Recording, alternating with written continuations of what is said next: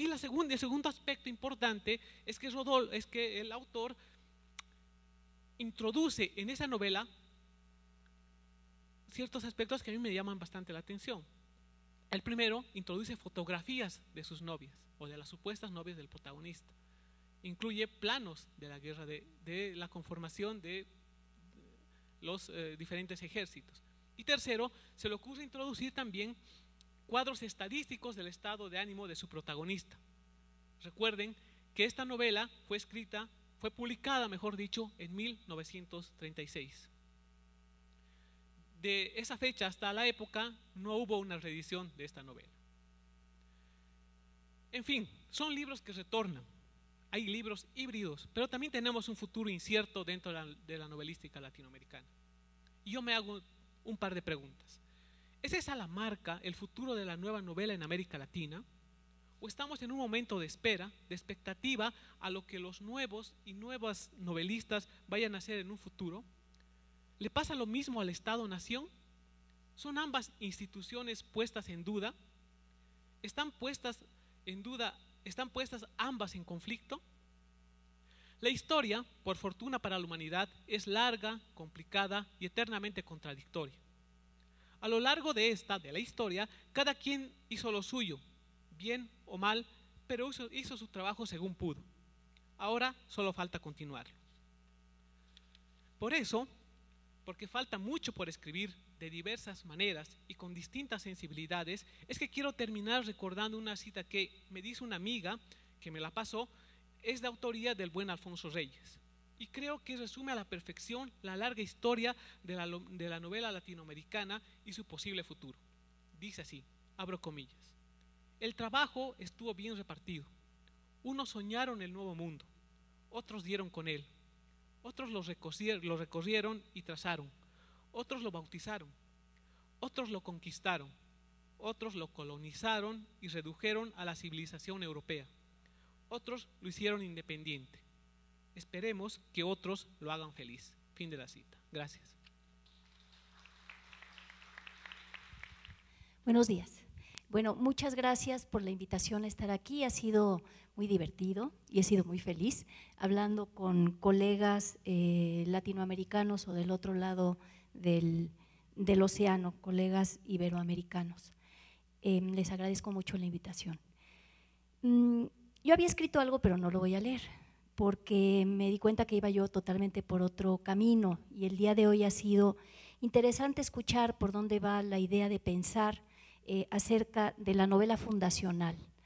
Yo de lo que quisiera hablar es de cómo la pulsión fundacional de la novela, cómo la novela como género tiene esta pulsión fundacional, cómo esta pulsión se cumplió en México muy temprano en nuestra historia literaria, con una autora que no pudo practicar el género novela, tal vez porque no tenía interés, pero tal vez sí porque estaba prohibido, y que en su obra ella completó, diría yo, y llegaría a ese extremo, completó la creación de la comunidad imaginaria mexicana.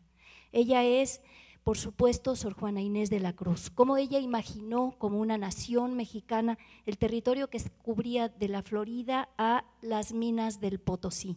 Y cómo la imaginó ella como una nación que estaba formada de elementos europeos, de elementos indios, de elementos africanos, de elementos muy plurales, estaba muy consciente de las diversas lenguas y de las diversas culturas indias, estaba muy consciente también de las diferencias que había en el mundo europeo, conocía también lo que existía en el mundo mediterráneo y ella todo esto lo incorporó en su obra, en sus obras de teatro, en sus poemas, en sus extraordinarias cartas, en sus prosas, lo incorporó para erguirse ella misma como la madre de nuestro México, la madre de un México que seguimos disfrutando, un México que sabe bien que no somos el centro del universo. Los aztecas lo creían, decían de Tenochtitlan que era el ombligo del universo. Los neoyorquinos lo creen hoy, lo dicen de manera menos elegante, pero están totalmente convencidos de que lo son.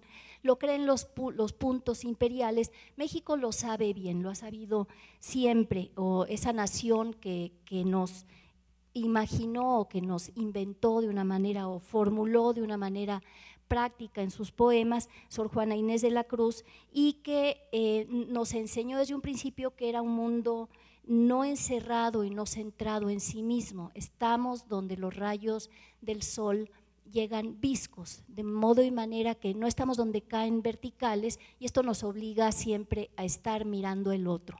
Este apetito de saber qué es lo que ocurre en las otras latitudes es parte de la riqueza de la cultura mexicana, o de la cultura, me atrevería yo a decir, latinoamericana. No estarse viendo solamente a sí mismo, sino estar también sabiendo qué es lo que ocurre en los otros lugares. Bueno, en cuanto a novela fundacional, lo que ocurrió con la novela mexicana, creo que por el fenómeno de Sor Juana y todos los escritores que acompañaron su generosa estela, fue que la novela, con esta pulsión fundacional, la novela sintiéndose con el deber de que tiene que fundar, se sintió de alguna manera a su nacimiento libre, se sintió libre y ejerció otro de sus instintos, que es el instinto de la crítica.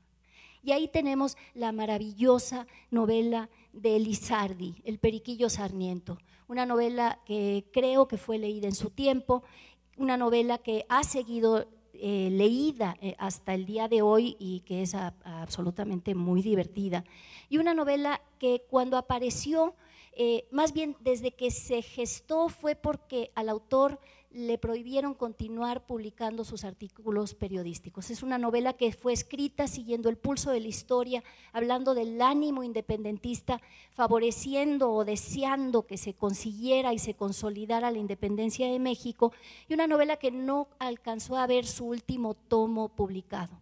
El tomo cuarto lo detuvo la censura por un pasaje célebre, muy bien escrito, en contra de la esclavitud.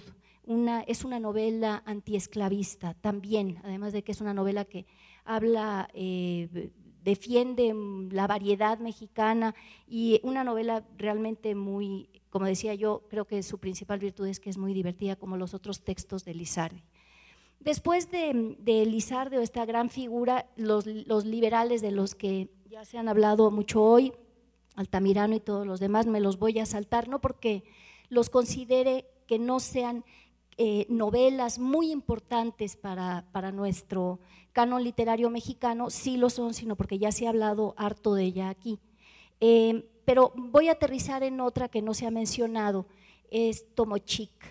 Tomochic de Heriberto Frías, una novela que cuando apareció fue publicada también en la prensa, en los periódicos, y que cuando apareció causó un enorme revuelo, aparece en medio del régimen de Porfirio Díaz, causa un enorme revuelo y provoca el exilio de una persona, Joaquín Clausel, que después se convertiría en un pintor extraordinario, uno de los grandes pintores mexicanos, un pintor postimpresionista y muy mexicano, con un sabor muy especial en el mejor sentido de la palabra mexicana, que quiere decir el que conoce lo que se está haciendo afuera, el que también carga con toda su herencia sin sentir que es un lastre o que es una fatalidad.